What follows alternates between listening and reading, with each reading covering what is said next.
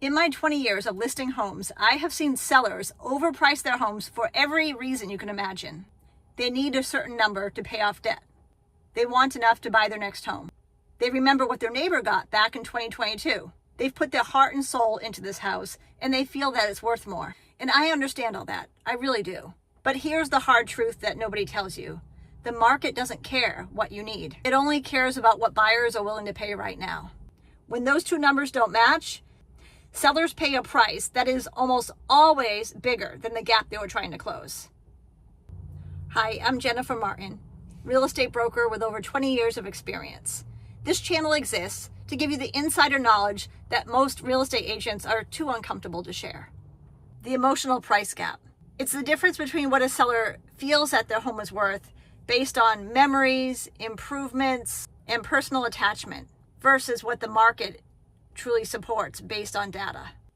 That gap can cost sellers anywhere from $20,000 to $100,000 plus and more. Trap 1, pricing based on what you need. This one is the most common and it's understandable. So the way sellers look at it, they do the math backwards. They figure out what they need to net after paying off the mortgage, paying realtor fees, moving expenses, maybe how much they need for the next purchase. From there, they come up with their listing price. The problem is buyers don't know your financial situation, so they don't factor that in. The truth is here that the market sets the price. Your needs don't. I've had sellers tell me they want to list their house for, say, $950,000 for a house that the market clearly supports a listing price of $850,000. So this $100,000 gap certainly feels like a lot on paper, but what it ends up being, you end up sitting on the market for 90 plus days doing 2+ more price reductions. So the house ends up selling for $800,000. You started at $950, you did multiple price reductions, you're finally down to $850, which was where we wanted to be originally, and then the offers come in way lower and you end up selling for $800,000. So it takes you 90 days to get to the original suggested list price, and your net ends up being less to you. Where if we had started by listing it at $850, listing it right from the beginning, they may have gotten closer to that number or maybe slightly below. The sellers end up losing more than the gap they were trying to close from the beginning. Trap 2 is pricing based on what you paid for improvements. Sellers often add up every dollar that they've spent on their home. The kitchen remodel, new roof, addition, new flooring, and they expect to recoup it all. Real estate doesn't work like a receipt. Buyers do value improvements, but they base it on what those improvements do for their life, not based on what you paid for them.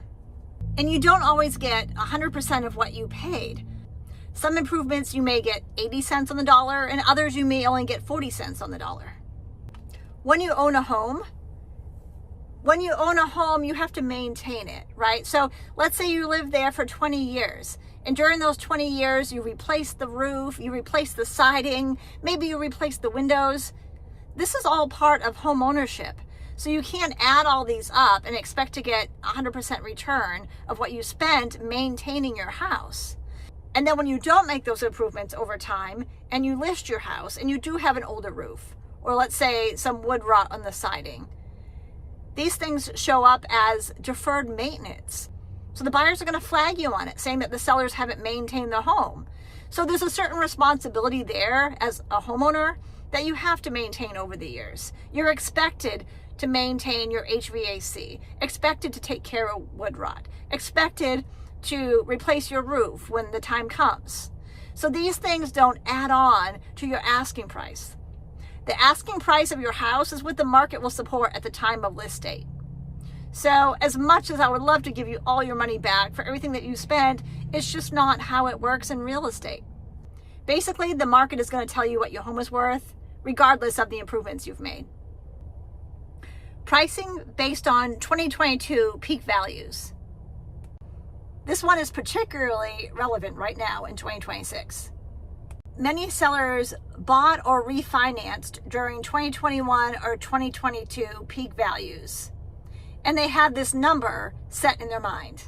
The market has shifted since then, and the comparables just don't support those peak values anymore. The market doesn't owe you your peak value back. It only reflects what the buyer is willing to pay the market right now.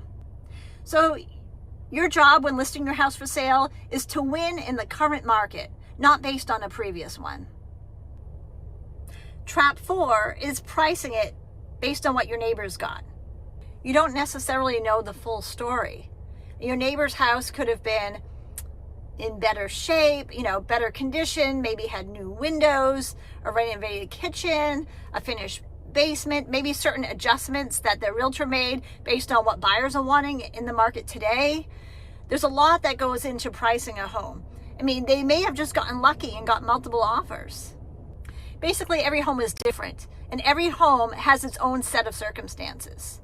In addition to making all these physical adjustments, you also have to consider days on market, timing, and the current market conditions. Your agent's job is to show you the full picture and not just give you a number based on what feels good to you. Pricing based on emotional attachment. This one is definitely the most sensitive and requires a lot of empathy. Sellers have lived in these homes, they've raised their children, built memories, celebrated holidays, and so the value of the memories are truly there. They really are.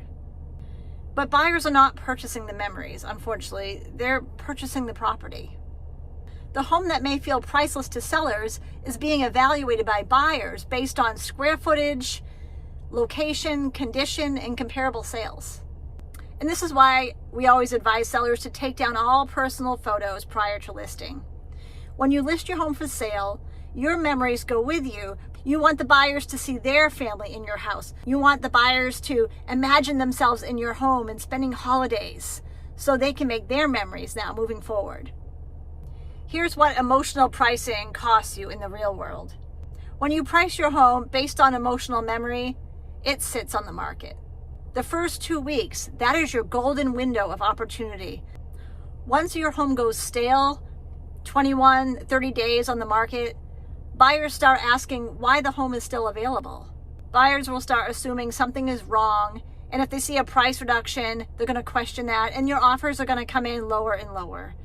So I can't stress enough how important it is to price your home right from the beginning. When you price it right, you're going to receive the strongest offer and the highest net. If this video resonates with you and you know someone who's about to make an emotional pricing decision, please share this video. It could save them on their bottom line. And go ahead and drop your comments and questions below. Have a great day. See you next week.